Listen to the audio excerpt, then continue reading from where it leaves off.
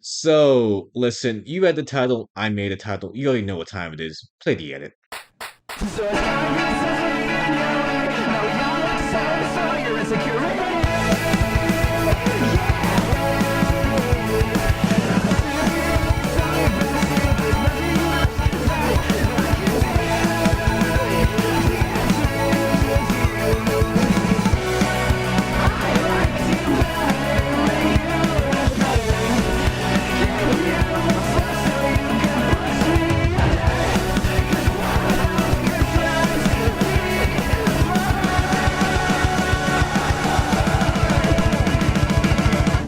Projection, in literal terms, is a process of taking something and applying it to something else. Projectors at movie theaters take a small image and project it onto a big screen, and when someone projects a future event, that means they're going to make an estimate based upon the evidence they already gathered. But of course, those are the types of projection I had in mind when writing this video script. Projection, in the connotation in which I'll be yapping about throughout the entire duration of this video, is the process of taking one's feelings or past experiences before attributing them to someone or something else. And in our case, that something else tends to be fictional characters. If you've been writing for a while, or at the least are somewhat acquainted with the process, or hell, if you watched one of my older videos or someone else probably explaining it better, you already know that all art is a product of its creating. Why is this important? While there are some exceptions, you can argue that pretty much every fictional character in existence has a personality due in part to projection, whether it be from the creator projecting their own traits onto them, or the creator projecting traits from other things onto them. Either that or, blatant plagiarism, but that's a topic for another day. That said, I do believe that pointing at a character and going, "Oh, they're just like me for real," is one of humanity's oldest traits. Let me explain. One of the main goals of writing, and even art as a whole, is to evoke some kind of emotional reaction to the audience, and most of the time, this is done through the writing of characters. And in order to draw emotions from the audience needs a reason to care, hence why characters are given backstories, designs, and personalities to begin with. However, due to the nature of being alive, people are bound to relate to the struggles, and maybe even entire lives of these fictional characters at some point.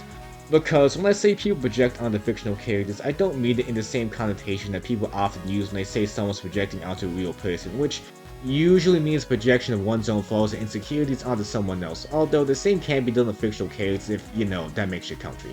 Or in the case of writing your own, you can simply base a character's personality or backstory off yourself in a number of ways.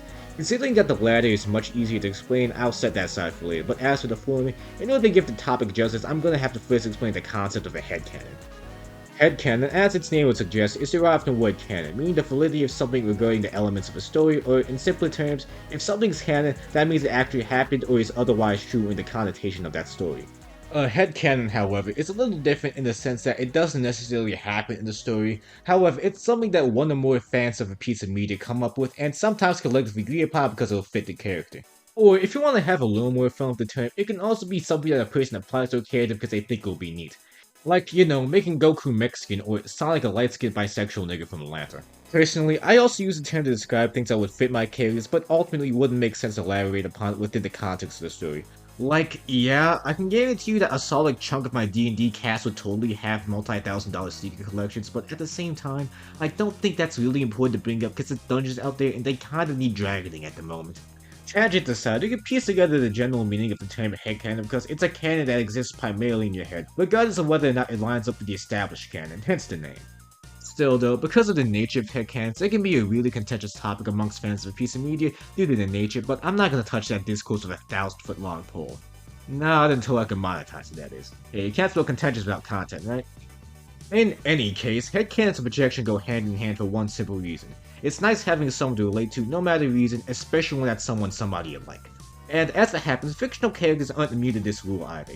I may not be speaking for everyone here, but considering my target audience, I'm gonna be speaking for at least a good 85 to 90% of the people here when I say that making friends is pretty hard. Oh, and maintaining them? That's an entire bitch in and of itself, because now you gotta watch yourself to make sure you can handle the entire personality, unless you scare them away and they never want to see you again. They always say first impressions are everything, but I'm gonna have to keep it a sec with you.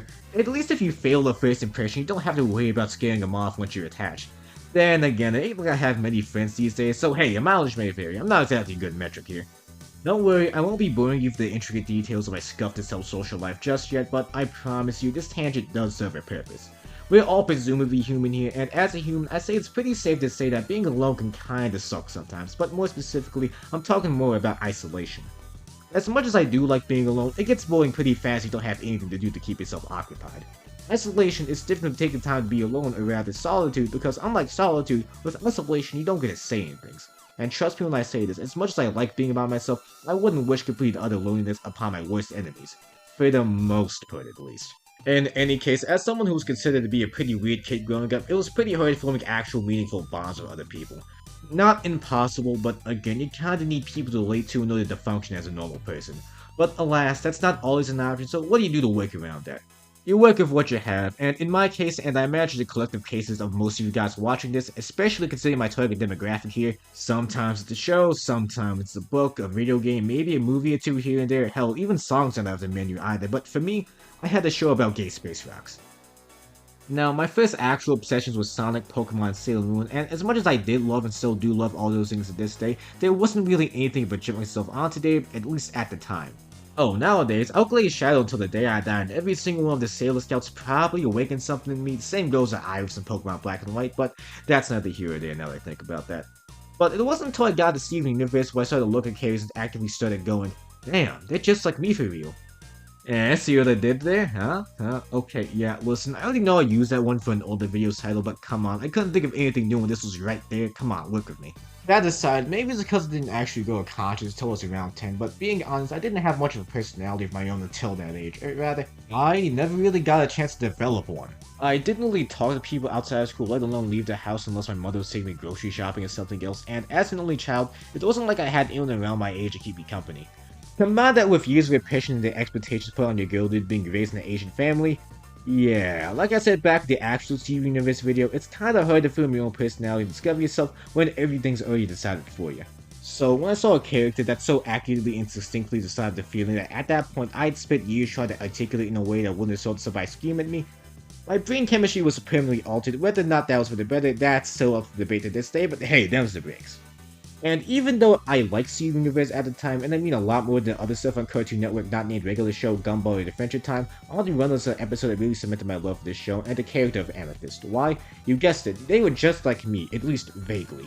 I didn't know it at the time, but after seeing that episode, something changed.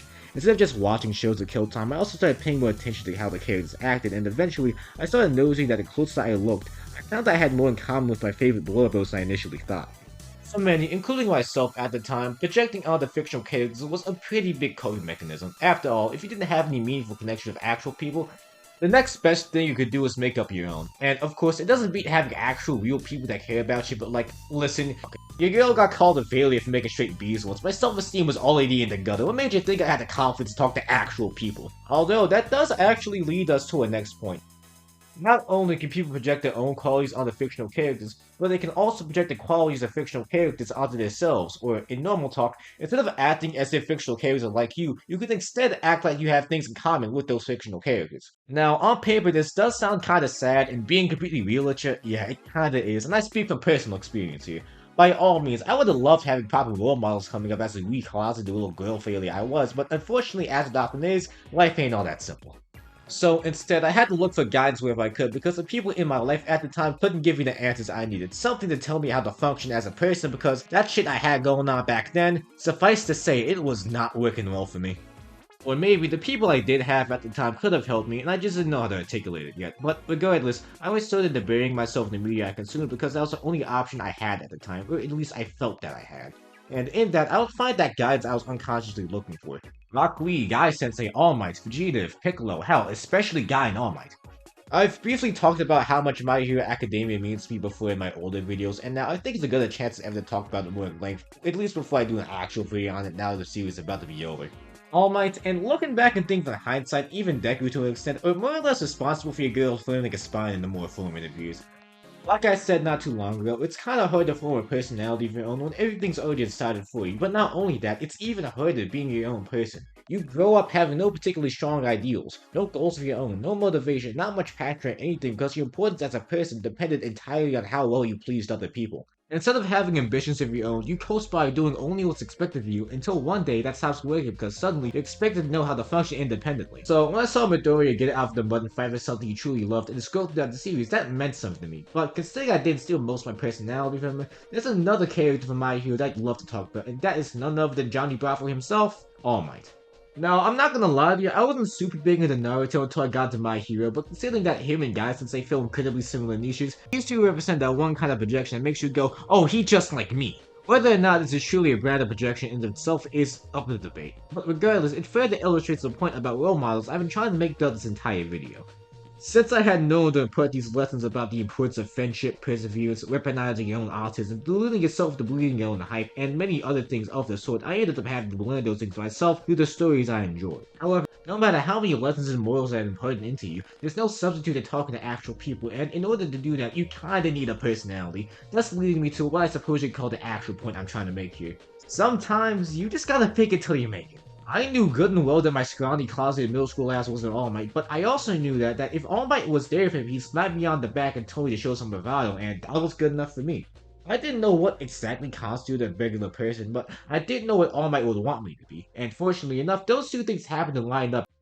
So obviously, the next logical step to middle school me was to become somebody else's All Might, or at least that's how I interpreted things at the time. These days, people love to say there's no reward for being good, and given the circumstances we're currently in right now, it's not too hard to come to that conclusion, and honestly, that's why I hate that mindset so much. There's enough pain, suffering, and misery in their lives as it is right now. Why would I ever want to contribute to that? What benefit do I stand to gain from making other people's lives harder and contributing to the endless cycle of cruelty that does nothing but keep us down, just for the sake of my own well-being? Who the hell do you think I am? Yeah, in case it wasn't obvious, I stole most of that last bit from Gurren Lagann, but surely you do see the point I'm trying to make here by now, right? Had it not been for Vegeta constantly throwing fights and going to long speeches about his pride while doing so, I probably would have burned out much earlier than I actually did. The same goes for Toto telling Yuji to get a grip on Shibuya, Kazuha's speech at the end of Kengan Ashura, the entirety of Undertale and regular Ragnarok, and hell, even Doc Brown from Punch-Out! And for better or for worse, I would not be the person I am today had it not been for the people in the media I was exposed to. So, you know what? I don't think I'd have it any other way. There's no greater love and admiration for a fictional character than projecting your own qualities onto them, or even projecting their qualities onto yourself. After all, the entire point of storytelling is to get emotions out of people, and if you get someone to feel so strong about your creations that they see bits of themselves in them, or even want to strive to become more like them, I'd say you did a pretty good job. That's why I see so much art that incorporates headcanons of pre-existing characters that eventually spiral into the artist's own OCs, because after a certain point, they're two entirely different entities because they strayed so far away from the source material. And I think that's also kind of true for people. We're all products of our environment. I've said that enough in my backlog of videos about this kind of stuff, but in this video in particular, I cannot understate the importance of that. Obviously, I'm not gonna say you should be your own person, but in the end, no one exists in a vacuum. You repeat certain sayings or phrases that friends say because they sound cool or you think they're funny, share the same memes they said to other people, you know, or use the same emoticons. You like going back to struggle meals from time to time because despite how bad things might have been back then, those beans and wings of Vienna sausage over plain white rice remind you of simpler times. You might not talk to that one friend you used to be really close to anymore, but they put you on one of your favorite shows, songs, or video games, and now you always have that memory of them liking it too in the back of your head. We all have those things that you would have never imagined yourselves getting into had you never met someone, but because you did, you love those things just the same as you love that person. It reminds me a bunch of that one Tumblr post gets screenshotted and posted on Twitter a lot, and that one Twitter post that gets screenshotted and posted on Tumblr a lot. To be changed is to be loved, and in the end, we're all just mosaics of everyone we've ever loved, even if it just hurt me. But yeah, that's about all I got. Yeah, shit got a little existential towards the end, but in short, projecting out the fictional characters is actually really fun and cool, and anyone who disagrees stacks no paper and gets 0 bitches. Cool, cause that's all I really got for today. Anyway, as always, thank you for coming, thank you for staying, and thank you for watching this show. Like, comment, sub if you want more, and enjoy what you saw. And again, I can't thank y'all enough for the support y'all have given me recently. I promise you big things are coming in the future, but for the time being, take care of yourself. Peace.